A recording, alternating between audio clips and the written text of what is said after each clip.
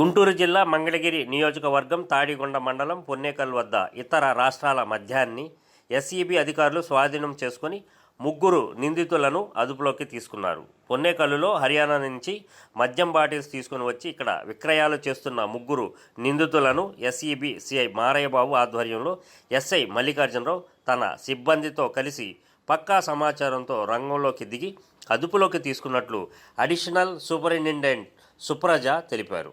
Marts హర్యానాలో ఉన్న కొన్ని లిక్కర్ మార్ట్స్ తోటి అక్కడున్న ఎన్విరాన్మెంట్ గురించి ఇతనికి ఐడియా ఉంది.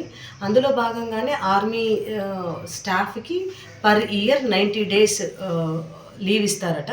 ఆ లీవ్లో భాగంగా ఫస్ట్ టైం వినాయక చవితికి ఈ సంవత్సరం వినాయక చవితికి లీవ్ తీసుకొని వినాయక చవితికి వచ్చాడు.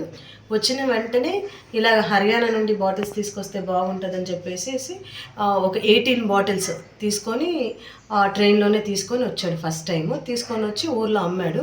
ఇదేదో లాభం బాగా ఉంది, ఒక్కొక్క బాటిల్ మీద 1000 రూపాయల నుండి 1200 వరకు అతనికి మిగిలింది. సో ఇది బాగుంది, లాభసాటి వ్యాపారంగా ఉందని చెప్పేసి యాక్చువల్గా ఆర్మీ నుండి డిసెంబర్ 1న డిసెంబర్ 14th వరకు లీవ్ పెట్టుకొని వచ్చాడు. కానీ మళ్ళీ లీవ్ని ఫర్దర్ ఎక్స్టెన్షన్ చేశాడు.